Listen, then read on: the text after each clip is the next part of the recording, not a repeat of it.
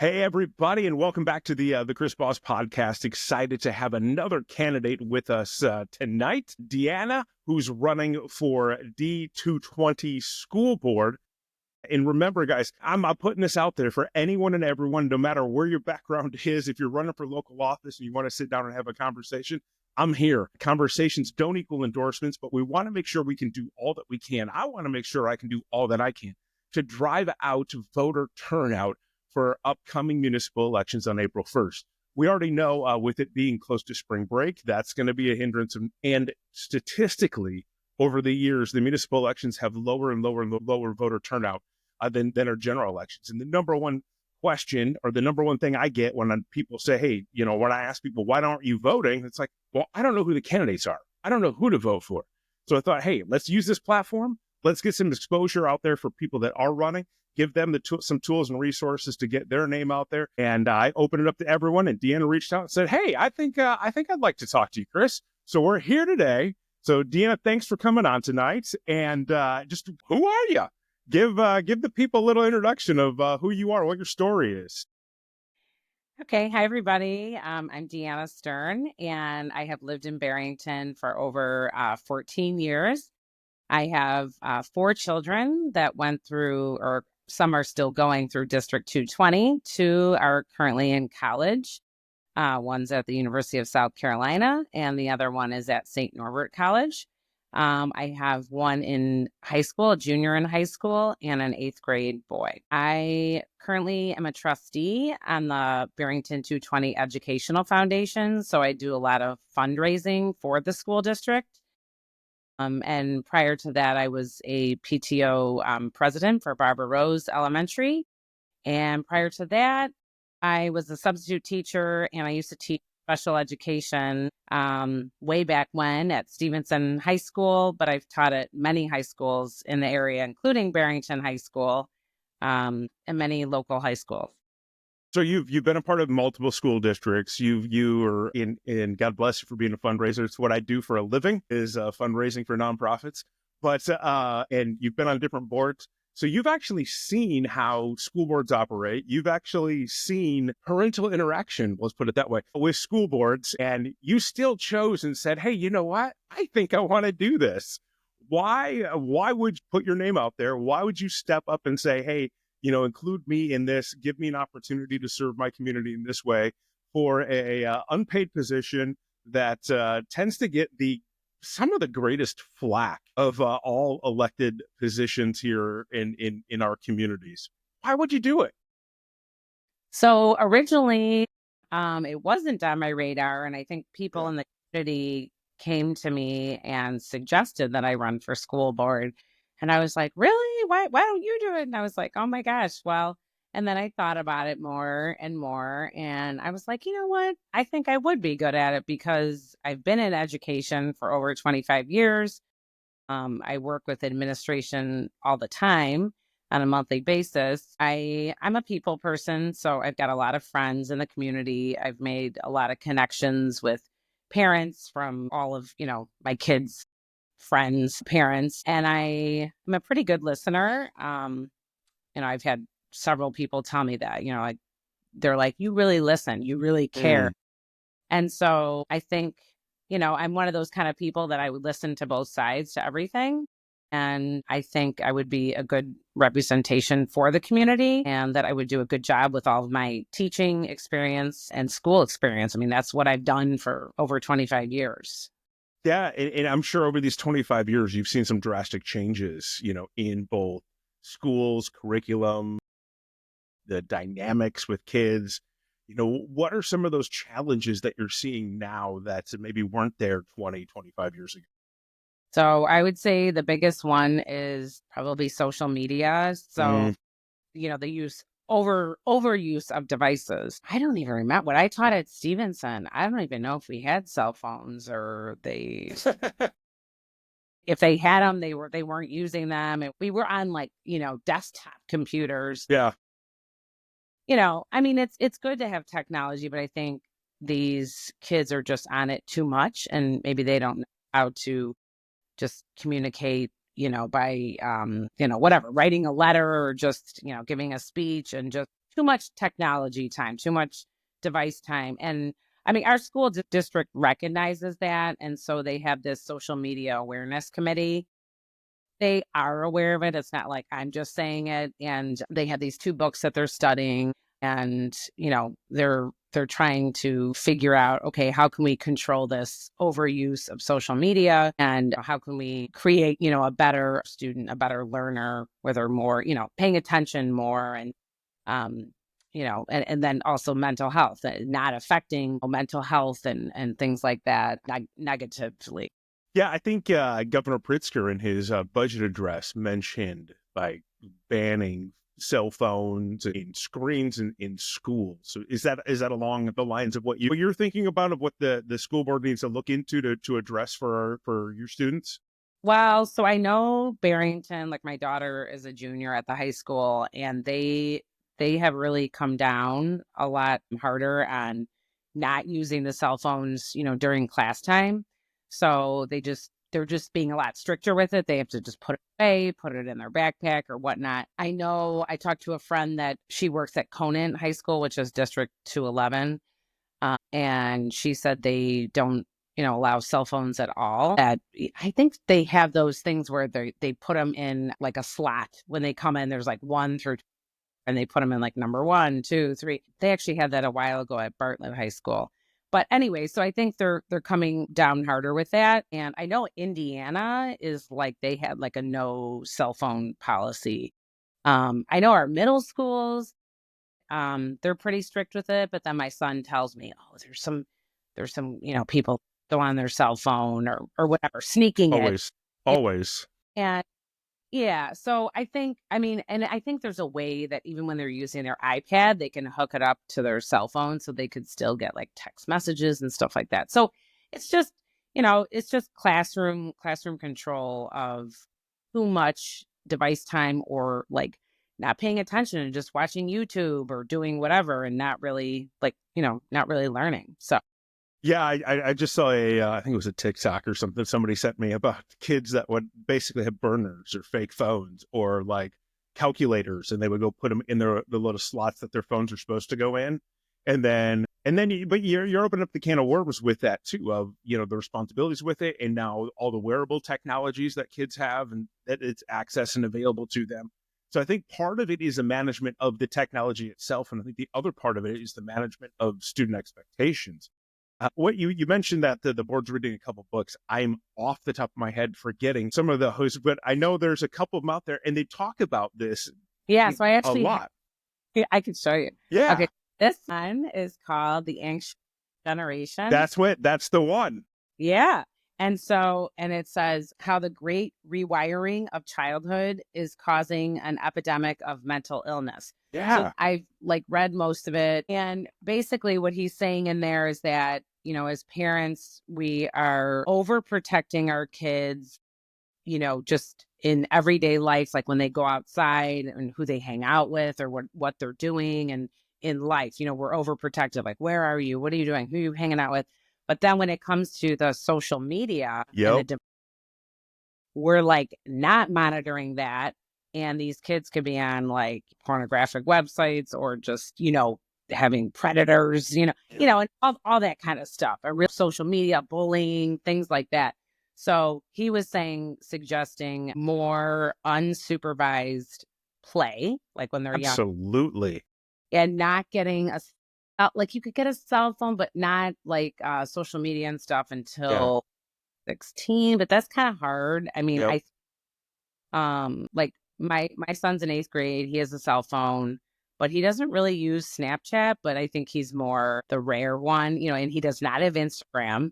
And my high school daughter's like, "Mom, why doesn't he have Instagram? Like that's good." I'm like, "Actually, it's a good thing." I'm like, the book says not to have like Instagram and social media things until 16, till later, till they're a little more mature, that they can handle what's It's a hard line to walk. It's a hard thing to do as a parent, especially in the midst of that, right? When every kid is doing this. I mean, so I have twins that are 20. They're sophomores in college, and then my little one's 11. My twins, you know, were frustrated with me because I told them I couldn't have Snapchat. I'm like, you cannot tell me why you need Snapchat. And but it was like, but this is how everyone communicates. Everyone, it's like text messaging. Everyone just communicates But over Snapchat. And I'm like, every kid in the world has it but me, Dad. I'm like, well, then I guess every kid in the world's going to have it but you. They found their ways around that. We not cloned, but we had it for parental reasons with the Instagram. My wife had my daughters and I had my sons' passwords and access on our phones as well. So at the time, I was also working in anti-trafficking. And so I'd worked with the FBI, with Homeland Security, with local oh police wow, departments and stuff. And so I knew more than they did with some of this stuff. yeah. There are ways to lock these down, though. There's ways as parents that we can lock in our kids' social media, that the iPhone especially. Private accounts, not public. Yeah, private accounts, not that you can go in and lock it so they can't change their passwords. Now, granted, kids are smart, and parents, we need help keeping above that. I'll never forget, there was one time at dinner, I'm sitting there, I'm hearing these notifications go off, and I'm like, what is that sound? What are those notifications? I've not heard these before. And I look over, and my son's going to kill me for saying this, but oh well, he's 20 now. What's he going to do? Like, give me your phone. And I look at his phone, and there's all these apps I never approved of that my wife and I, we never approved of. Well, he went in and changed his whole account name so that he could then go get all these other apps and things. It's like, no. I didn't realize I needed to lock the whole account down so you can't change the name, the password. But there are parental things that parents can do in the midst of this as well to help empower our kids to make good decisions with that. So as a school board member, I know a lot of the interaction is around what happens in school, but there's a lot of opportunities then to educate and inform parents as well. And I think this could be or would you see this as a great venue and opportunity to engage parents in the conversation around this as well? And how would you go about that? Well, I mean, that's a really good idea. I think I have a few of those. have like those. I don't know. It wouldn't be like a lunch and learn, but it would be something in the evening where it's like one of those parent learning things. Like if they're, they would have them for parents for if they're learning like a new math curriculum or a new reading, and they want to educate parents on, okay, this is like the new way of we're going to be doing math or something.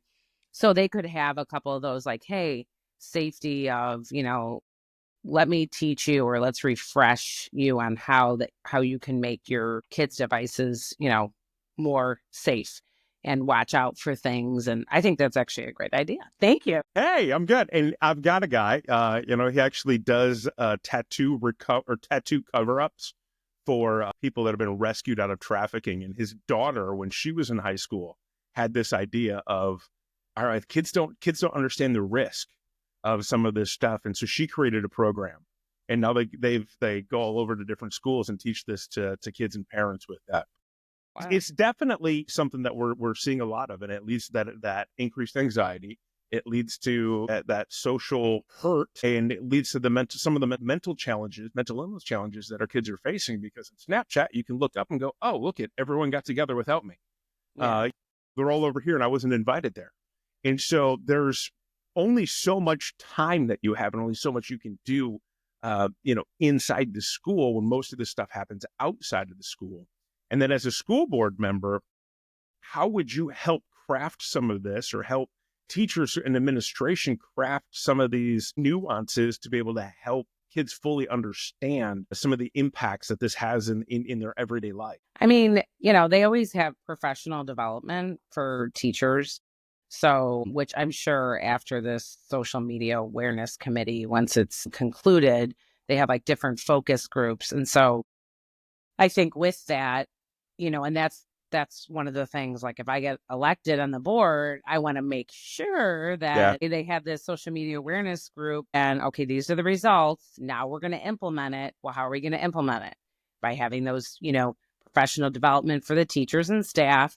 And then also we need to involve parents. I was looking actually at some policies for Barrington 220, and one of them was like SEL, social emotional learning. And then there was a section in there about involving parents and then including like community organizations, whether it be like hospitals or speakers or whatnot. I think those are both two great ideas. So, for example, our middle school, both of our middle schools, we have two middle schools, they have a thing called Snowflake every Oh, year. yeah, yeah. Yeah. And so then they have like speakers come in and motivational speakers, and they talk about like, not doing drugs and how to be nice to each other and kind of like all that, anti-bullying. And I think that's wonderful. But I don't know if I don't think they really like include parents in there. It's more just like, all right, this is for the kids.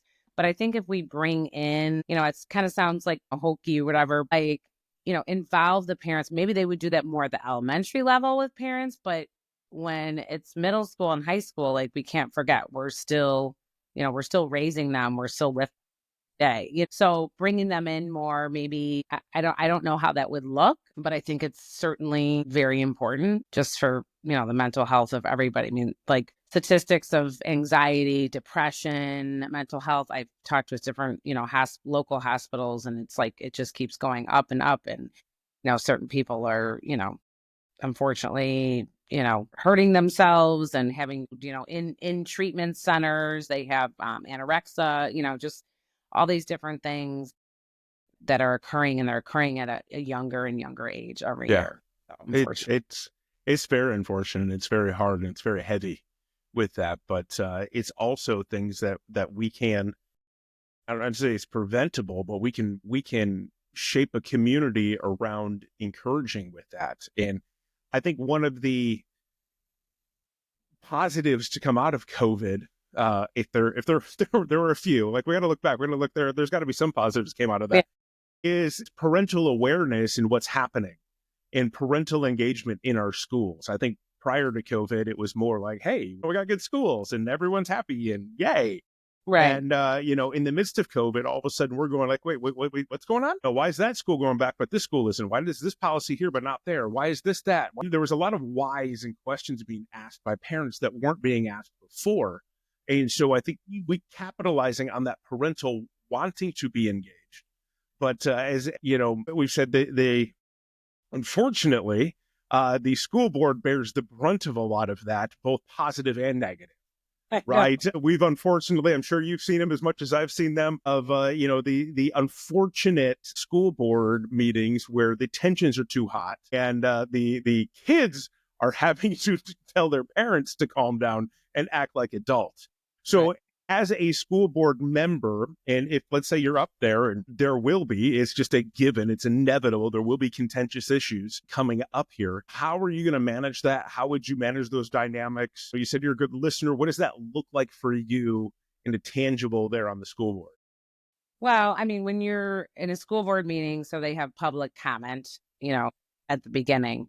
So, and they listen, and each person gets 3 minutes to talk about whatever an issue it may be.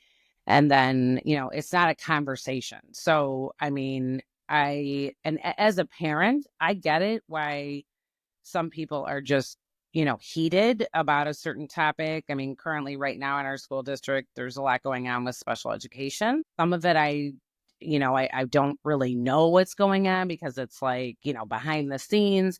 But, what I'm hearing is that a program is being dissolved, and the Mm, ad, and they're like, why is this program being dissolved? And then our kids are going to be going to an alternative school or whatnot, So, I mean, I think just having empathy for people. I mean, I know there's going to be community members that will, sometimes yell at the board, and I think they're just, letting out their frustrations, mm.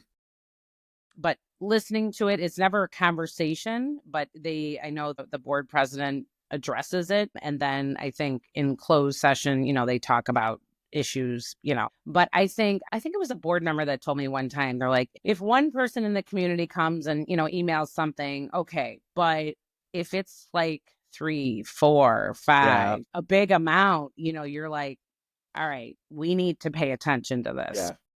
not just one person. So in our community, we have a group of parents.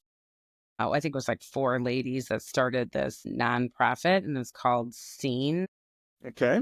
I forgot what it was stood for, but so it's something about with special education and being an advocacy group for parents and students alike, if they had questions and where to go, which is, I think, is great. It's awesome. I know when these forums come up, they're probably going to ask questions specifically about special education, and I will answer them the best I can, but without knowing really Yeah. what's on, like I need to find out more information, like why, and according to what our superintendent said, I mean, each student has if they're special ed, they have an IEP, an individual and plan. So when they have the IEP meetings, and they do, sometimes they do testing and things like that, observations, and then they determine at the IEP meeting, the group determines what services they need and what classes they'll be in and stuff like that. So I mean, it's each student is supposed to be treated individually. It's not like, oh, a group of kids. I mean, so I think just listening to what the different people are saying, and if there's multiple people saying the same thing, then it's a huge issue, and you have to figure out, what can we do about it. I mean, it's interesting because as a special education teacher in the past, I've had a lot of experience with that, and I worked at Stevenson High School, which is like one of the top high schools. It was an amazing school, and I remember everything we did then. And I even had a student myself, my son, and he had an IEP. And so, I worked with different people in the school system, that were his teachers and that were supposed to be advocating for him. And some they would, and sometimes they wouldn't, and I get it. And it's, he's the student too. So he has to learn to advocate for himself too. Yep. But, so it's a whole team effort. But I've seen it from a parent perspective, as well as a former teacher. And I think that's one of the challenges that you're going to face, or anybody in the school board's going to face, right? Where you have district-wide issues that, but as parents come up and they're dealing with singular issues revolving around their kids, and then there's privacy issues with that too. That you can't get up there and go, well, I can tell you why they're doing X, Y, Z because Johnny did ABC. It's like you can't do that, and so there's this tension with there.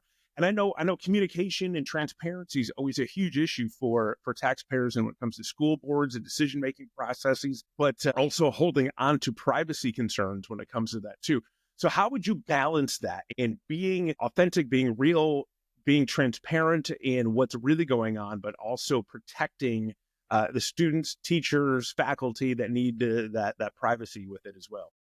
Well, I think that's what some of the parents, from what I'm hearing, were mad about.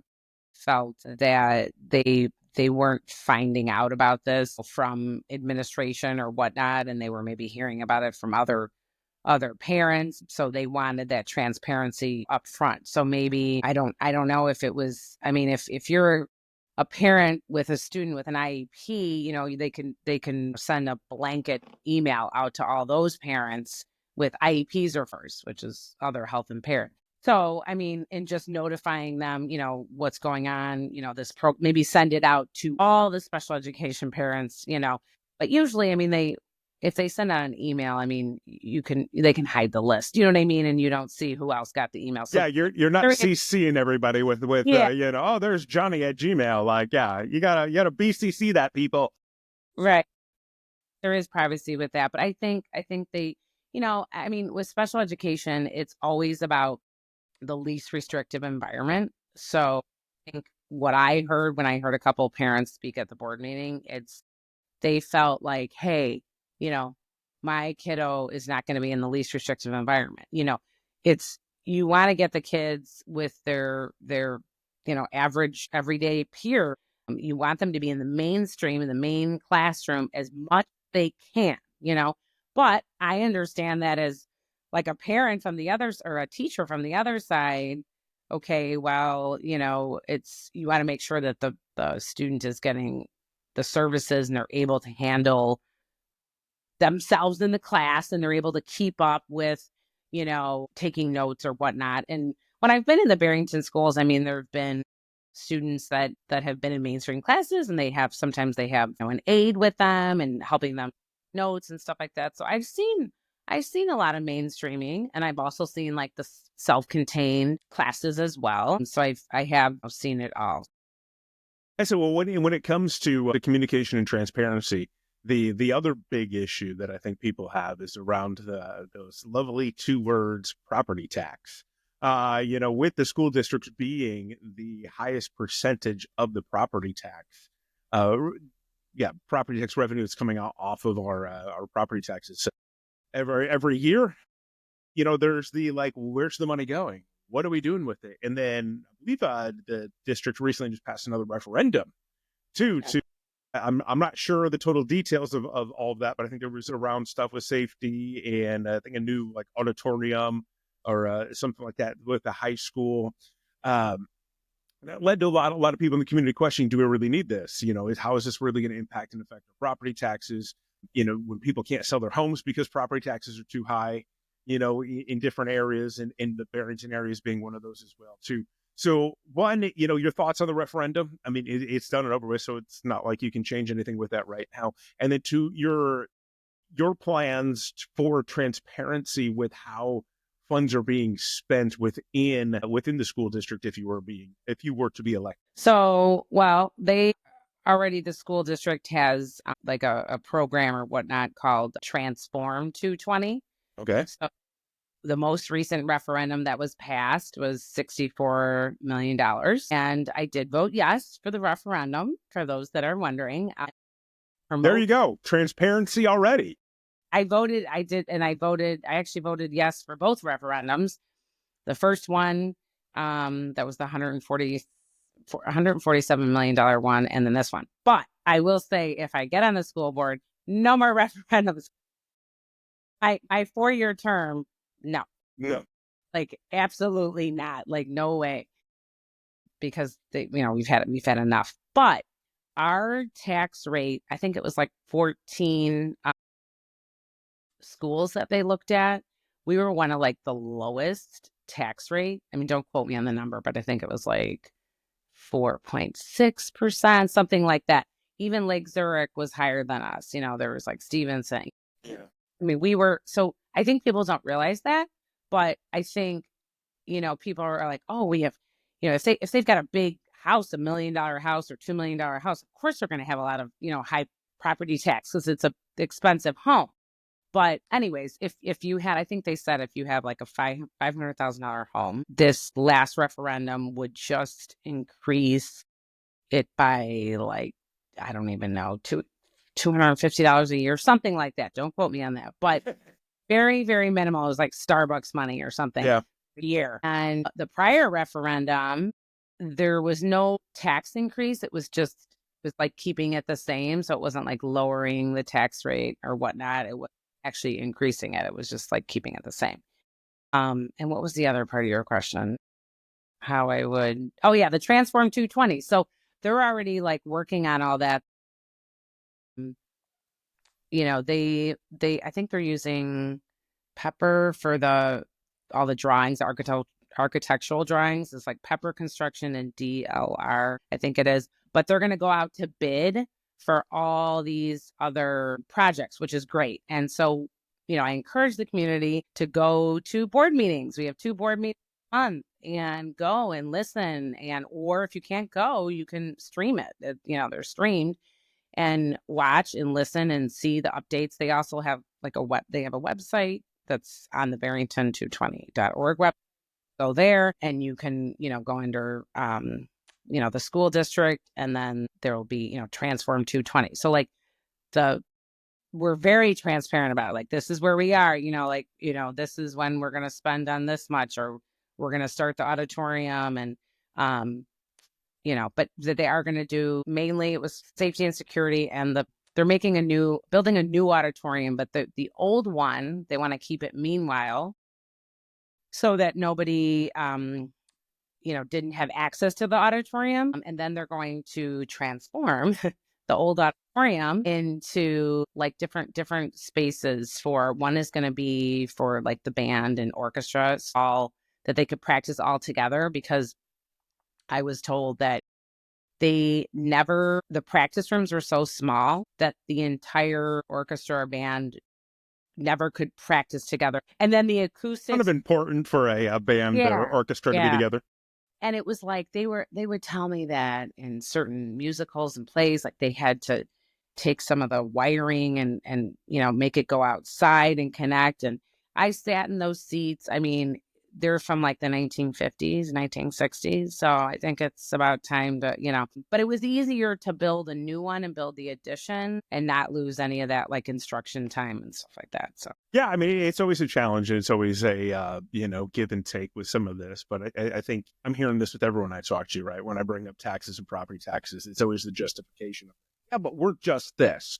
And having been in township, having been in the state, everybody thinks that they're just this, and failure to see the bigger picture of, yeah, but my just this and they're just this, and it's just this much of an increase and just that much of an increase all adds up when you've got a whole lot of groups that aren't talking to each other about what they're increasing is going to be over the years. And so do you have plans, if you're elected in there, to also have the ear of what's going on locally with the village, with the other taxing bodies, with Cuba Township, with your state officials in there as well, so that you guys are all on the same page when it comes to taxing, to make sure that our residents are coming first when it comes to the tax policies that are being implemented by the school board? I mean, I don't know what the role of the school board members is with communicating, with outside other than just the school district, but that's a good thing for me to look into. If I'm on the school board, who else do we talk to outside of like, the school administrators and, taxing bodies and things like that. So I'm not aware of what, of anything that they are talking to, the mayors of the different, South Barrington, Lake Barrington, North Barrington. Like, do they ever, collaborate with any of them? Don't think so, but I'd be wrong. So that would be something that I would have to learn more about, but it's definitely a good question. And, I think you'd be great at it. You've got the personality for it to be able to make those relationships, connections. And a lot of it is just that. It's just keeping the lines of communication open. When I was a state rep, I knew multiple school board members from all of the school districts that I represented. For that alone, for them to reach out and for us to be able to have those back and forths with that. So I would encourage you to jump in on that. Now, the other avenue, or the other big thing that the school board oversees, is curriculum.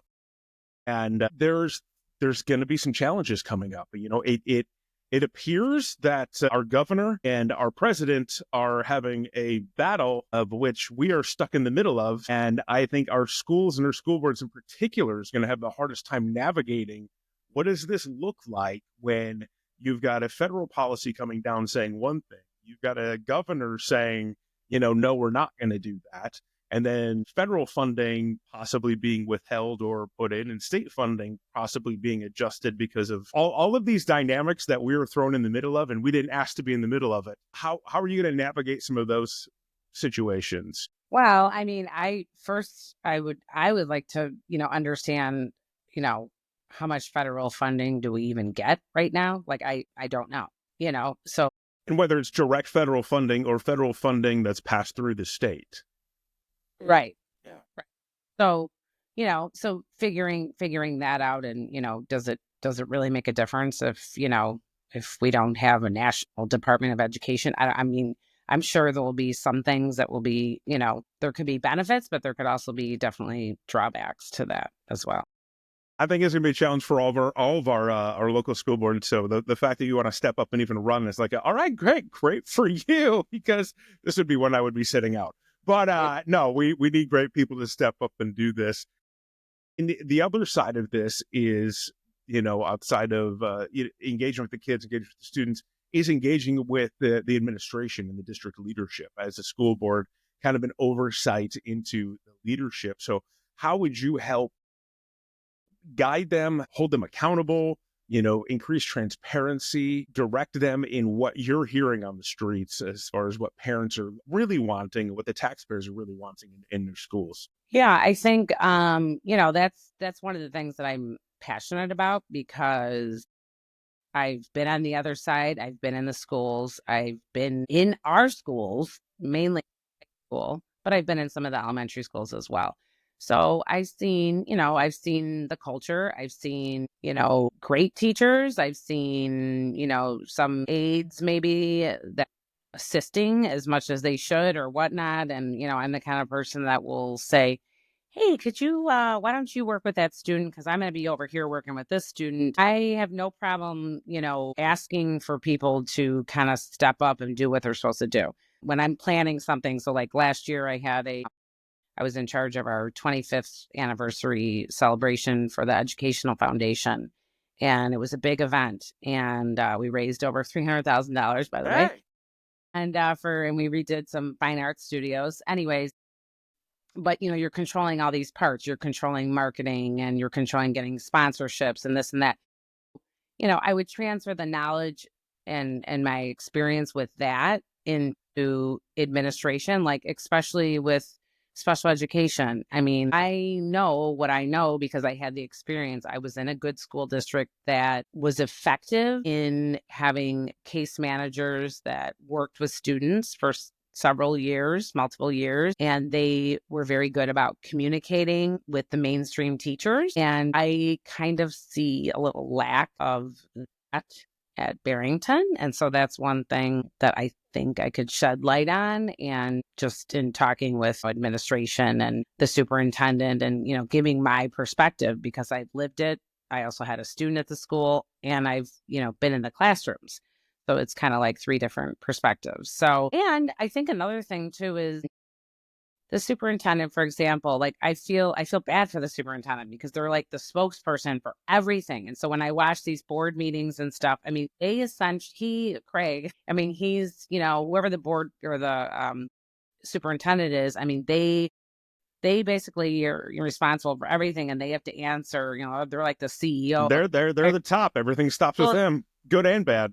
So it was interesting. Like they were talking about something, it was about the weather and communication for like closing down school and some like hiccups and we didn't get the messages until really early in the morning and parents were already at school and stuff like that. So the superintendent kind of was like apologetic about it, but I would direct the superintendent to say, hey, who was in charge of that? So like before the meeting, if it was the IT person, kind of look at what happened in the system. Why did these messages out? Because it was, like a probably a, an IT issue with like, all right, one person inputs it out and it goes out, boom, to all the parents and guardians. So, and then you also have text messages and then you have the automated phone calls. Like, so that's like, who's in charge of all that? And so, I mean, he could speak to it, but he could also say, I'm going to have,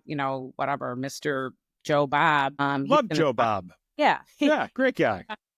He's going to talk about, kind of what went wrong, or just, he's going to shed some light on it. So kind of like take everything off of the superintendent that they don't answer everything. They are the leader, but they have, they have administrators and they have a lot of administrators and they oversee, the high school or this department or student services or whatnot. So making sure that, everybody's kind of, is held accountable for their different division. And it's not just one guy that's responsible for everything. I mean, yes, it's his main thing, but there's a lot of moving parts and it's making sure that he, delegates, communicates, with all these people and that they're all doing their job too. So it's kind of, I know our responsibility as board members is to, hire the superintendent and we're really focused on that, but we also have to make sure that he or she is like the best leader and in doing his or her best job, kind of in the whole, what's that called? The hierarchy of the org chart, Org chart. Yep. Yeah. Yeah, I mean, and that's part of the challenge too. And I think you hit it right there of like, the superintendent's ultimately accountable for everything because they're the top, right? As any true leaders, you take all the bad and you give away all the good.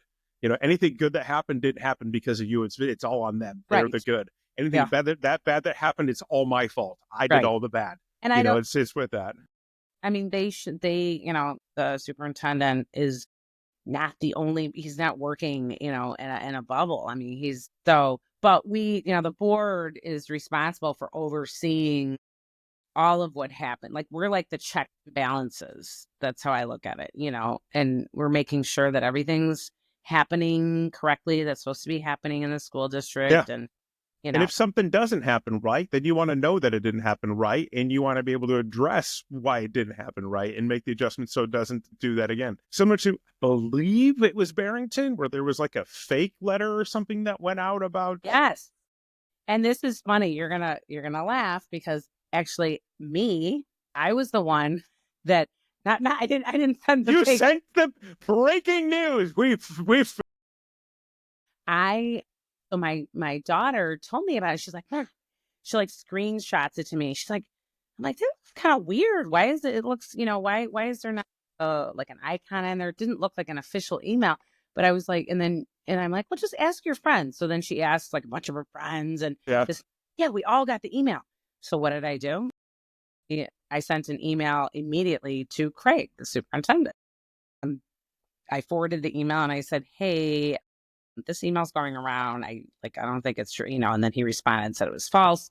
And then I don't know, maybe 10 minutes later, then there was an email that they sent out from the school district saying, we still do have Okay. school, that was a fake email and da da da. And then the funny part is later on that night, I think it was in the middle of the night, the National Weather Service changed, and then they wound up canceling. That was the morning that they canceled it, but they didn't. I think some people got messages in the middle of the night, but a lot did not until like almost 7. And that was the day that all that happened. Now they follow certain like weather protocols. Sure. Well, that's what they were doing in the national guidelines or whatever. But I think sometimes when it's really cold days like that, or it's like kids could get frostbitten outside, just call it a day. Call it evening, because we have like the e-learning and stuff. Err on the side of caution, and to make sure kids are safe. It's always a challenge. It's always a balance. And then you say you're going to cancel because it's going to be icy out and it's going to be dangerous for our school buses. And then the sun's out in the morning and there's no ice. I know. And, right? but if you didn't cancel it and there was ice, then parents are mad with that too.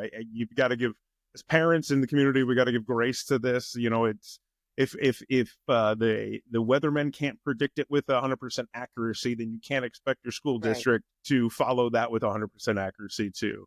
It's time for some fun questions. Well, we'll lighten this up, and I don't know if you've thought about this at all, but so if your campaign had a theme song, oh gosh, what would it be? What was the one song? Oh my gosh, I put some things on my social media. And I forgot the name of the song, but it was something like "This Is How We Do It" or something like. I'd have to go get you on that. All right. This is how we do it. Follow me. That we do it. Yeah. There you go. All right. What are you binging right now on Netflix or Hulu or? Gosh, what was the last? Oh, I forgot what it. Younger. Younger. So this lady is 40 years old.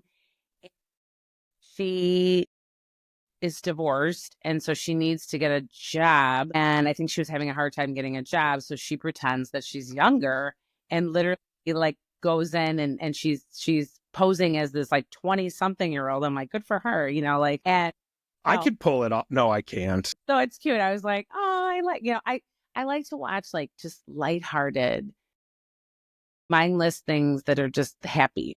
You know what I mean? Nothing like too deep sometimes. Like that's just like, yeah. Funny.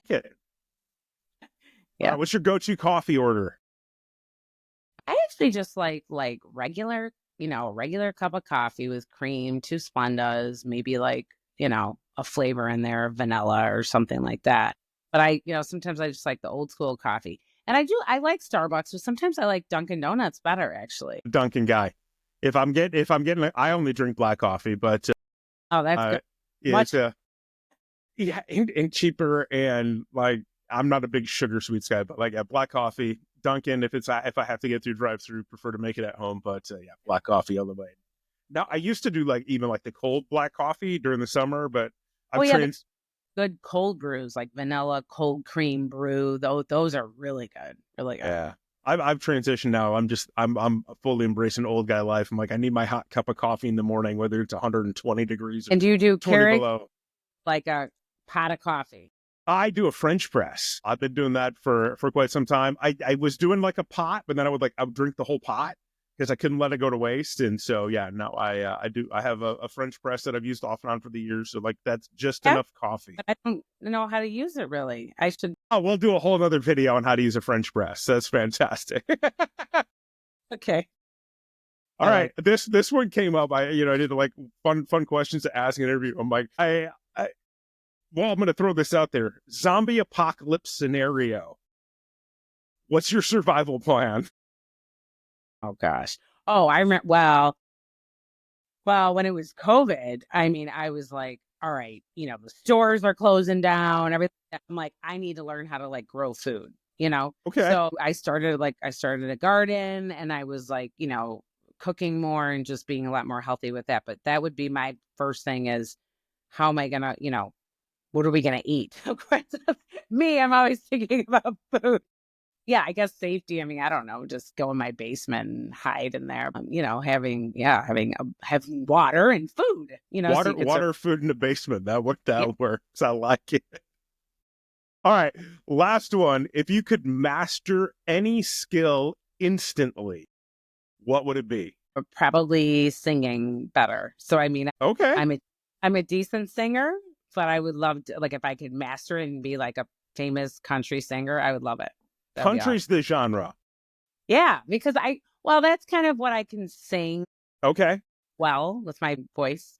So that's one of the questions I didn't ask, and now you set it up. I have to ask it. What's your go-to karaoke song then? If it's country and you're like to sing, this one, anything Patsy Cline, which she's, an old school singer. So like Walking After Midnight. I actually just was on a cruise with girlfriends and I couldn't think of anything. And I sang Jolene, and that's actually, great song. but that's a really hard song to sing. And I was like, oh gosh. And after I sang it, I was like, all right, I need to sing another song. I'm going to sing, and I know how to sing. So I sang Patsy Cline, Walking After Midnight, and I thought I did. I thought I did. You needed your redemption song after Jolene. I like it. All right, Deanna, if people want to find out more about you, they want to find out more about your campaign, they want to keep in touch with what's going on, how do they find you? So my website is Deanna220.com. So it's DEANNA for FOR and then 220, so 220.com. That's it. In Facebook? Yes, I'm on Facebook, and I think it's just the same thing, like Deanna. I mean, since we started talking about social media at the beginning, we figure we got to end it with social media too, right? Yeah, so I have a Facebook account. I don't have an Instagram one. I mean, I have a personal Instagram one and I have a personal Facebook account, but now we're talking campaign. Yeah. If people want to stalk you, they can figure out how to do that later. Right. Campaign Facebook account. Yes. All right. Find her on Facebook or Deanna4220.com. Okay. Yes. Deanna, thanks for coming on tonight. It's been a pleasure talking with you. Best of luck in the election coming up. Guys, remember, April 1st is election day. Get out and vote. Make your plan now. Depending on what your spring break plans are, could bump right up to election day. So get informed. Early, too. March 17th. March 17th, early voting starts. So you can vote, go on vacation, and kick back and relax, and then come back and see what happens, and hope that the candidate that you chose wins with this. As a reminder to all, this is open to anybody. So any candidates out there watching saying, hey, how do I get on that show? Reach out to me, Chris at chrisbossbos.us. Would love to have you on the show. Time's filling up, though, because April 1st is going to be here quick. And conversations don't equal endorsement. But best of luck, Deanna. Thanks for coming on today. We'll keep an eye on it, and we'll hopefully maybe follow up with you after the election. Okay. Thank you. Bye.